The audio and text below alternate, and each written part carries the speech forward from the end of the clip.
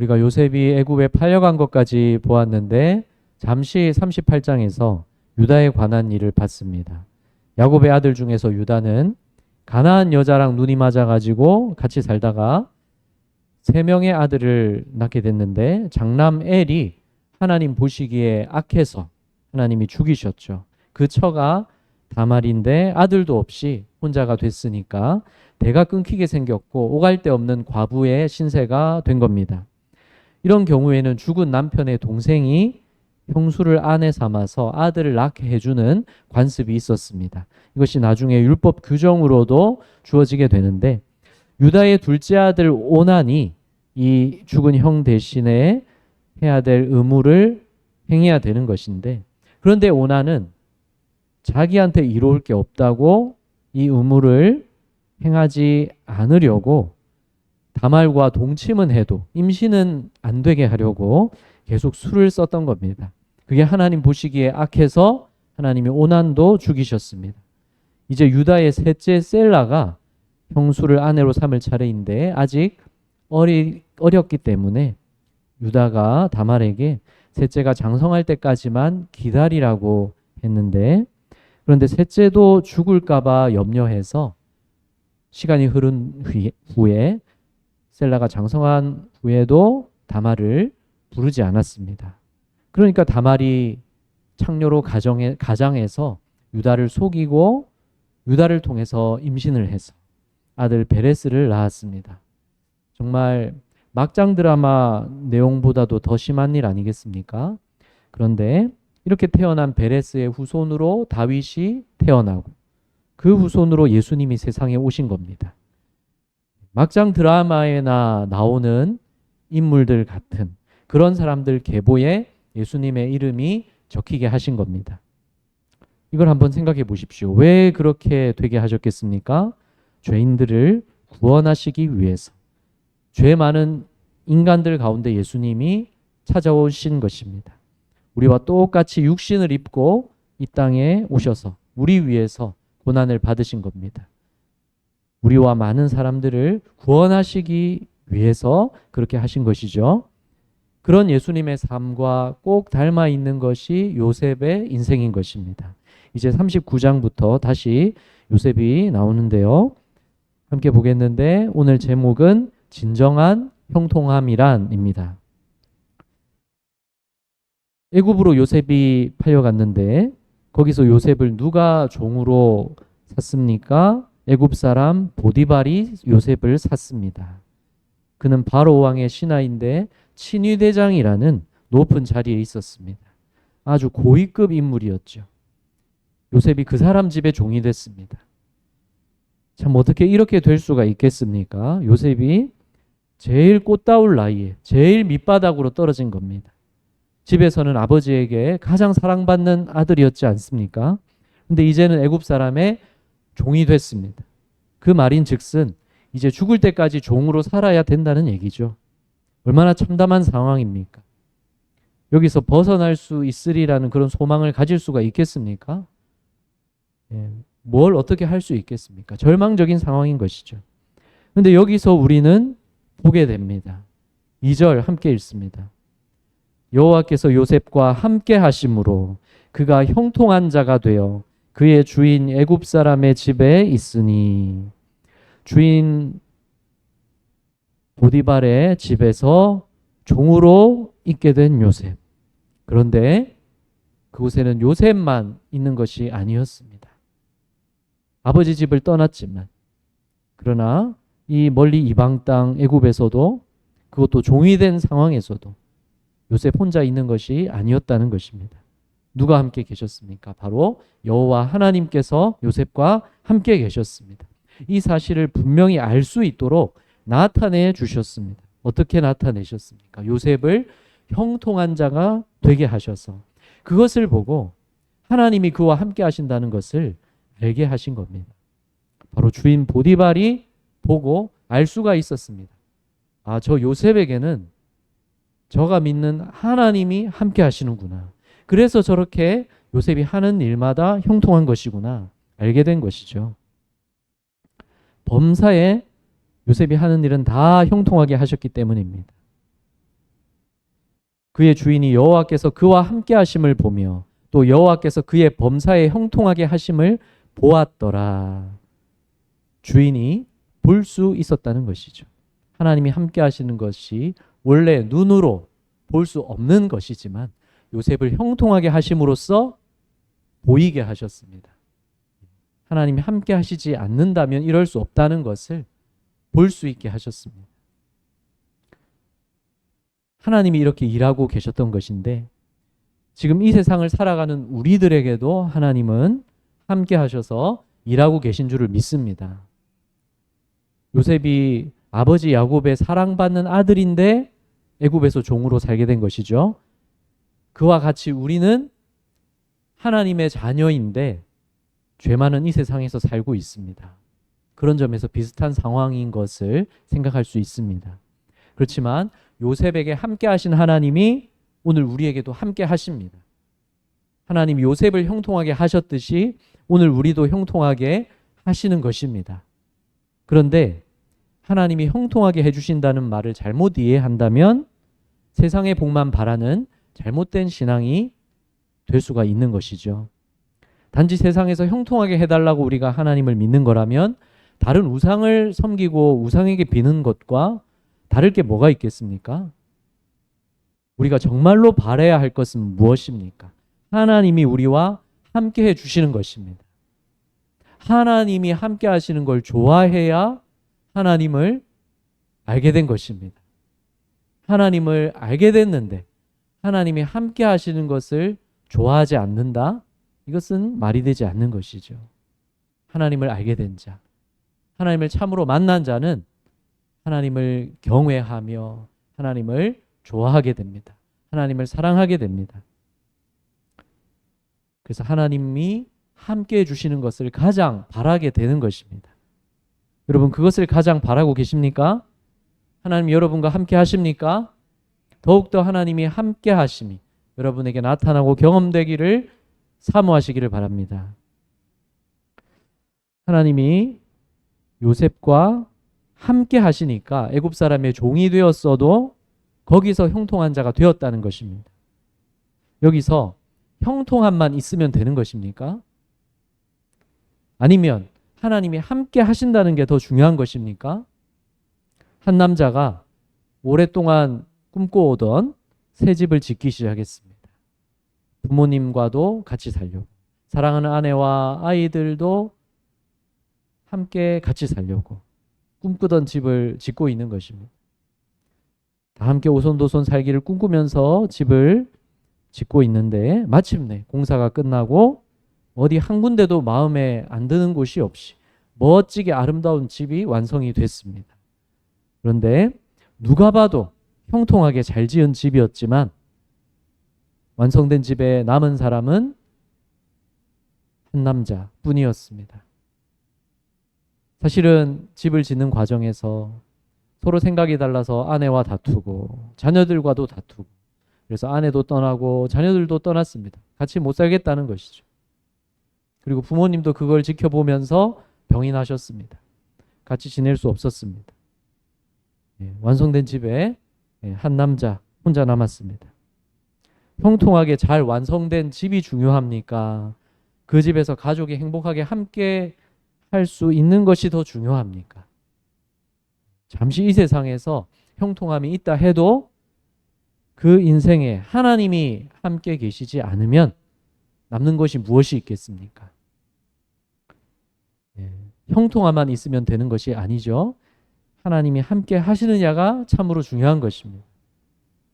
여러분 인생에 하나님이 함께 하실 때 진정한 형통함이 있는 것입니다. 진정한 형통함이란 첫 번째로 어떤 상황과 조건에서든 하나님이 함께 하심을 알게 되는 것입니다. 요셉이 애굽에서 종이 된 것, 그게 형통한 일이라고 할 수는 없겠죠. 하지만 그런 상황에서도 하나님이 요셉과 함께 계셔서 요셉이 하는 일이 형통하게 해주신 겁니다. 그래서 주인도 그걸 보면서 알게 된 것이죠. 4절 같이 읽겠습니다. 요셉이 그의 주인에게 은혜를 입어 섬김에 그가 요셉을 가정 총무로 삼고 자기의 소유를 다 그의 손에 위탁하니. 요셉은 점점 더 보디발에게 신뢰를 받게 된 겁니다. 요셉이 하는 일마다, 맡겨주는 일마다 형통하게 되니까 점점 더 많은 일을 맡기고 가정 총무로 삼았습니다. 요셉에게 다 맡겼습니다. 그래서 요셉이 평범한 종이 아니라 관리자로 승진이 된 것이죠. 그 결과 어떤 성과가 있었습니까? 같이 읽습니다. 그가 요셉에게 자기의 집과 그의 모든 소유물을 주관하게 한 때부터 여호와께서 요셉을 위하여 그 애굽 사람의 집에 복을 내리심으로 여호와의 복이 그의 집과 밭에 있는 모든 미친지라. 예, 하나님이 요셉 때문에 보디발의 그 온 집에 그 모든 소유에 복을 주신 것입니다. 풍부하게 하신 것입니다. 요셉에게 맡겼더니 요셉이 보디발의 집에 많은 종들이 있었지 않겠습니까? 농사 짓는 종들도 있고 그 보디발의 그 모든 재산과 소유를 맡아서 일하는 종들이 있었겠죠. 그 종들을 요셉이 다 맡아서 관리를 하는 것입니다. 보디발의 모든 재산, 소유를 요셉이 다 총괄해서 관리를 하는 것입니다. 그랬더니 보디발의 그 모든 재산과 소유가 날로 늘어나는 것입니다. 잘 관리를 해서 더 풍부해지는 것입니다. 보디발의 모든 종들이 요셉의 관리하에서 일을 더 잘하게 되는 것입니다. 모든 것이 가장 효과적으로 이루어지는 것입니다. 그래서 모든 게 잘되고 형통한 것이죠. 그게 하나님이 요셉에게 함께 하시기 때문이라는 걸 보디발이 보았다는 것 아니겠습니까? 보디발만 알았겠습니까? 요셉 자신도 알게 되는 것이죠. 하나님이 나와 이곳에서 함께 하셔서 하는 일마다 이렇게 복 주시고 형통하게 하시는구나. 알게 되는 것입니다. 그렇게 알게 된 것, 하나님이 나와 함께 하신다는 것을 알게 된 것, 이것이 진정한 형통함이죠. 아무리 일이 잘 되고 아무리 뜻대로 성공해도 하나님을 알지 못한다면 그것은 진정한 형통함이라고 할 수 있겠습니까? 진정한 형통함은 하나님을 아는 데까지 이어져야 진정한 형통함인 것입니다. 요셉이 애굽에서 혼자가 아니라는 것, 그걸 하나님이 알게 하셨죠. 형통하게 해주심을 통해서 넌 혼자가 아니야. 내가 너와 함께 있다. 내가 너와 함께 일하고 있다. 이것을 알게 해주신 것입니다. 그런데 일이 잘 풀리고 인정받고 또 내가 높아지는 것으로 그것으로만 만족할 뿐이면 그때 정말 형통한 것입니까? 그것은 진정한 형통함이 아니라 가장 위태로운 때입니다. 고린도전서 10장 12절. 그런즉 선줄로 생각하는 자는 넘어질까 조심하라. 서 있는 사람이 넘어질 수도 있는 것이죠. 서 있다가 넘어져야 다칠 수도 있는 것이고. 그래서 서 있는 자는 넘어지지 않도록 조심하라고 말씀하신 것입니다. 무슨 뜻입니까? 우리가 형통할 때를 생각한다면 그 형통함 속에서만 만족하고 하나님을 잊어버린다면 언제 넘어질지 모르는 위태로운 때라는 것이죠. 형통한 때가 아니라는 것입니다. 하나님을 생각하고 하나님께 감사와 영광을 돌릴 때에야, 거기까지 나아갈 때에야 진정한 형통함입니다.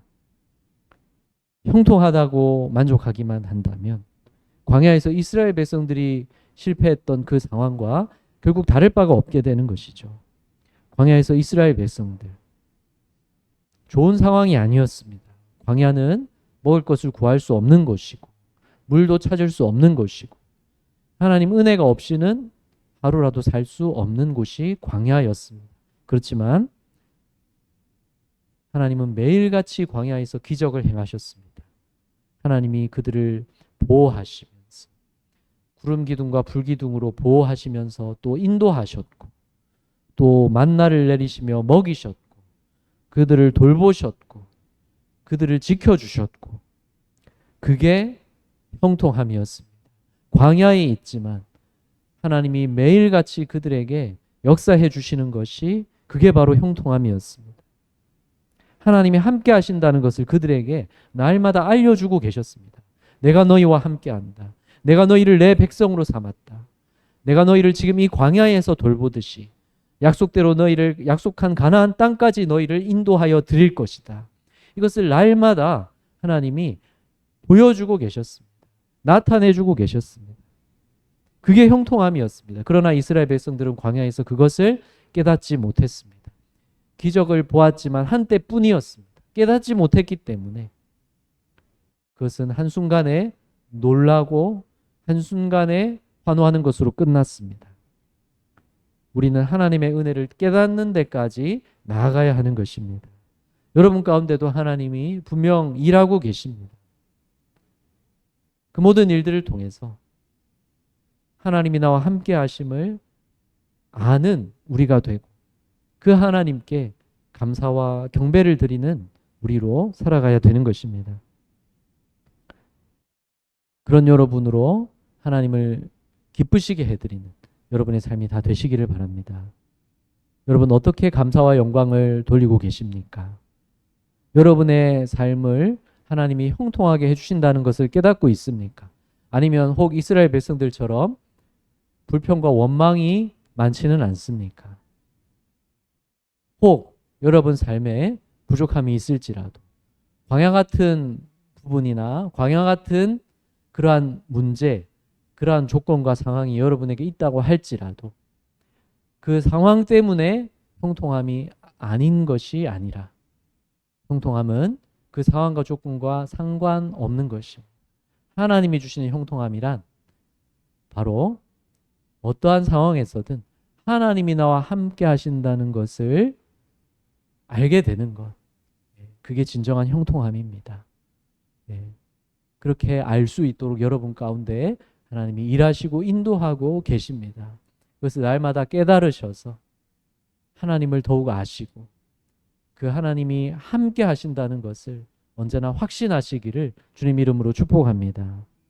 두 번째로 진정한 형통함은 복을 나누어 주게 되는 것입니다. 같이 읽습니다. 그가 요셉에게 자기의 집과 그의 모든 소유물을 주관하게 한 때부터 여호와께서 요셉을 위하여 그 애굽 사람의 집에 복을 내리심으로 여호와의 복이 그의 집과 밭에 있는 모든 소유에 미친지라. 요셉 때문에 요셉을 위하여 그 애굽 사람의 집에 복을 내리심으로 여기서 요셉을 위하여라는 것은 요셉 때문에 요셉으로 인하여 이런 뜻입니다. 하나님이 보디발 때문에 복을 주신 게 아니라 요셉이 보디발 집에 있기 때문에 보디발 집에 복을 주신 것입니다. 그렇죠? 야곱 때도 그랬죠. 야곱 때문에 외삼촌 라반의 모든 소유에 복을 주셨습니다. 야곱이 라반의 모든 소유를 맡아서 잘 관리하게 하시고 복을 주셨기 때문이죠. 형통하게 하셨기 때문입니다. 요셉도 그랬습니다. 요셉 때문에 보디발 집에 복을 주시고 번영하게 하셨습니다. 우리도 우리 때문에 하나님이 우리가 있는 곳에 형통하게 하시고 복을 주시는 그러한 일이 있기를 간절히 바랍니다. 그래서 복을 나누어 주는 자가 되시기를 바랍니다. 복을 전달하는 자가 되시기를 바랍니다. 그게 진정한 형통함인 것입니다. 내가 복받고 형통한 것만 중요한 것이 아니죠. 이 땅의 삶이 전부라면 내가 복받고 형통한 것만이 전부라고 혹시 그렇게 말할 수도 있겠지만 그냥 그렇지 않은 것이죠. 앞에 38장에서 하나님이 죽게 하신 유다의 두 아들, 첫째 엘과 둘째 오난 어땠겠습니까? 무슨 악인지 첫째 엘의 그 악함이 무엇인지 설명되어 있지는 않지만 분명히 그 악함은 욕심에서부터 나왔을 것입니다. 내가 복받고 내가 형통한 것만 중요하게 생각하는 그러한 삶이 아니었겠습니까? 그래서 하나님 보시기에 악한 삶이었고 하나님이 그를 죽게 하셨습니다. 둘째 오난은 또 어땠습니까? 왜 형을 위한 의무를 행하지 않고 회피했습니까? 왜 악하게 술을 쓰고 속이려 했습니까? 자기에게 복이 되지 않는다는 이유였죠. 내가 왜 형을 위해서 아들을 낳게 해줘야 되냐? 내 아들이 되는 것도 아닌데 내가 왜 그래야 되냐? 자기 자신만을 생각할 때 그 삶은 하나님 보시기에 악한 행위를 하는 삶이었고 하나님이 그를 치셨던 것입니다. 여러분, 갈릴리 호수가 어떻습니까? 갈릴리 호수에서 예수님의 제자들이 물고기를 잡으며 살았죠. 갈릴리 호수, 그 큰 호수이기 때문에 바다라고도 불리는 그 호수는 물고기들이 살고 그래서 생명이 풍성한 그러한 물인 것입니다. 왜 그렇습니까? 그 갈릴리의 그 물은 거기서부터 또 흘러 나가고 있기 때문입니다. 그렇지만 가장 아래 이제 그 물이 내려와서 고이기만 하는 사해 바다는 어떻습니까? 사해 바다는 물이 고이기만 하기 때문에 염분이 쌓여서 매우 짠 물이 되어서 사람이 들어가면 몸이 둥둥 뜰 정도로 그렇게 염분이 높은 그런 물이 되어 있습니다. 그러니 그 물이 눈에 들어가기라도 하면 어떻겠습니까? 얼마나 짜고 아프겠습니까? 따갑겠습니까? 거기 생명이 살 수 없는 것이죠.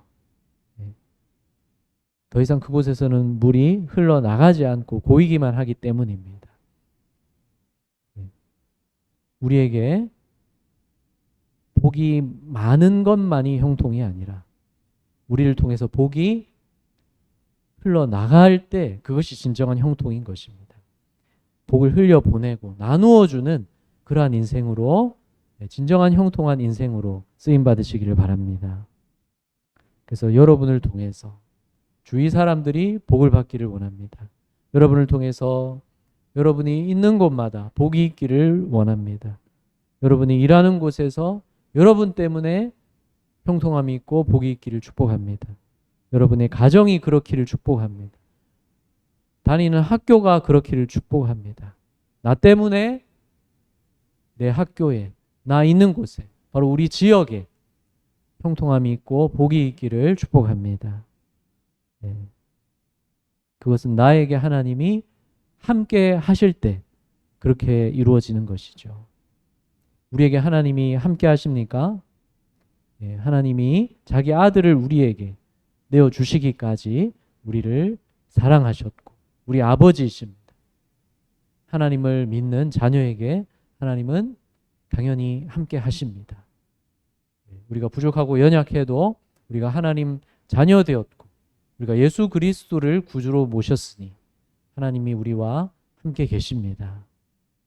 그러나 하나님이 얼마든지 더 하나님이 함께 하심을 나타낼 수 있는 그런 삶이 되어야 되겠죠. 그런 삶이 되도록 하나님 앞에서 사시기를 바랍니다. 하나님이 함께 하시는 삶. 그래서 하나님이 주시는 형통함을 나눌 수 있고 흘려보내는 삶이 진정으로 형통한 삶인 것입니다. 세 번째로 진정한 형통함은 신뢰받는 자가 되는 것입니다. 6절 말씀 같이 읽습니다. 주인이 그의 소유를 다 요셉의 손에 위탁하고 자기가 먹는 음식 외에는 간섭하지 아니하였더라. 요셉은 용모가 빼어나고 아름다웠더라. 보디발이 요셉에 맡기는 것마다 다 형통하고 잘 되기 때문에 그 소유를 다 요셉의 손에 맡긴 것이죠. 요셉을 신뢰했습니다. 주님을 믿는 자야말로 세상에서 신뢰할 수 있는 자가 되어야 되겠습니다. 무릇 사람을 어찌 100% 모든 것에서 신뢰할 수 있겠습니까마는 그러나 그럼에도 불구하고 신뢰할 수 있는 자가 필요한 것입니다. 다른 사람에게 진심으로 귀 기울여 줄 수 있는 사람이 필요한 것입니다. 물론 그것도 지혜롭게 해야 되겠죠. 분별력 있게. 귀 기울여 주는 것은 좋지만 또 그렇다고 또 항상 속아 넘어가고 이용만 당하고 사기당하고 그러면 안 되겠죠. 하나님이 또한 우리에게 지혜를 주셔서 또 분별하게 하시는 그러한 은혜를 또한 주시는 것입니다. 하나님이 우리에게 함께 하셔서 분별하게 하시고 또 그러면서 사람들이 신뢰할 수 있는 그런 진실한 사람, 성실한 사람, 그게 믿는 우리들이 되어야 되겠습니다. 그렇게 될 때 진정한 형통함입니다. 요셉이 용모가 빼어나고 아름다웠다고 했는데 사람이 그렇게 잘생기지 않은 사람도 사람들에게 많이 인정을 받고 유명해지고 그런 명성을 얻고 그러면은 더 잘생겨 보이지 않습니까? 운동선수들도 유명한 스타 선수들이 사실은 별로 잘생기지 않았는데 그 스타 선수가 될수록 얼굴도 더 잘생겨 보이고 연예인들도 그렇죠. 뭐 유재석 같은 연예인도 사실 잘생긴 얼굴이 아닌데 인기를 얻고 나서 더 외모도 더 잘생겨 보이는 효과가 있지 않습니까? 근데 그런 효과가 뭐 그런 경우뿐만 아니라 지금 요셉의 경우에도 요셉이 성실하고 진실했지 않겠습니까? 하나님이 함께 하셔서 형통하게 되었는데 그 과정에서 요셉이 분명히 하나님 앞에서 성실하게 행했을 것이고 요셉이 진실하게 행했을 것이고 그러면서 하나님이 형통함의 그 모든 은혜가 나타났을 것입니다. 그런 요셉이 그 원래 외모도 빼어나고 아름답고 준수했겠지만은 그런 성실함 때문에 그런 진실함 때문에 날이 갈수록 더 빼어나고 멋지고 아름다워 보이지 않았겠습니까? 더 믿음직하고 신뢰가 가지 않았겠습니까? 우리야말로 우리의 신실함으로 신뢰받는 사람이 되는 것. 그게 바로 진정한 형통함인 것입니다. 우리에게 하나님이 함께 하셔서 우리가 더 신실할 수 있기를 간절히 바랍니다. 그것은 왜입니까? 우리가 하나님 앞에서 살아가기 때문에 그 신실함이 있게 되는 것이죠. 눈에 보이는 것은 사람뿐이지만 우리 눈에 보이는 사람만 바라보며 사는 것이 아니라 우리가 기쁘시게 해드릴 분이 하나님이시라는 것을 바라보면서 사는 그게 바로 믿는 자이죠. 하나님을 바라보며 살기, 하나님을 기쁘시게 하고자 모든 일을 하기에 더 신실한 자 되고 더 신뢰받는 자가 되는 것입니다. 하나님이 함께 하심이 바로 우리가 그렇게 신실한 자로 신뢰받게 됨으로 또 나타나고 경험되는 것이죠. 그런 여러분이 다 되시기를 바랍니다. 그래서 오늘 말씀 정리하면 진정한 형통함이란 무엇입니까? 첫째로 어떤 상황과 조건에서든 하나님이 함께 하심을 알게 되는 것. 그게 진정한 형통함입니다. 광야에서 이스라엘 백성들도 하나님이 함께 하시는 것을 깨달을 수 있었다면 그 모든 기적을 통해서 깨달을 수 있었다면 그 광야에서의 시간도 형통한 시간인 것입니다. 그랬습니다. 그러나 깨닫지를 못해서 형통함으로 경험하지를 못했습니다. 우리의 삶에서도 하나님이 우리에게 역사하고 계신데 우리가 깨닫지 못해서 하나님이 주신 형통함을 누리지 못하는 분이 아무도 없으시기를 바랍니다. 여러분이 복을 나누어 주는 자로 사시기를 바랍니다. 형통함을 여러분이 깨닫고 하나님이 함께 하심을 깨닫고 그 복을 흘려보내며 전하는 자로 사시기를 바랍니다. 그러기 위해서 우리가 기도함이 또한 필요하겠죠. 복을 나누고 전하는 자, 기도의 사람, 축복의 사람 되시기를 바랍니다. 그리고 그렇게 하나님이 함께 하시니, 형통하게 하시니 신뢰받는 자가 되시기를 바랍니다. 하나님 앞에서 살 때에 우리가 신실한 자로 신뢰받는 자가 될 것이고 그렇게 될 때에 그것이 진정한 형통함이라고 할 수 있습니다. 그런 진정한 형통함이 하나님이 함께 하시는 여러분에게 날마다 이루어져 가기를 주님 이름으로 축복합니다.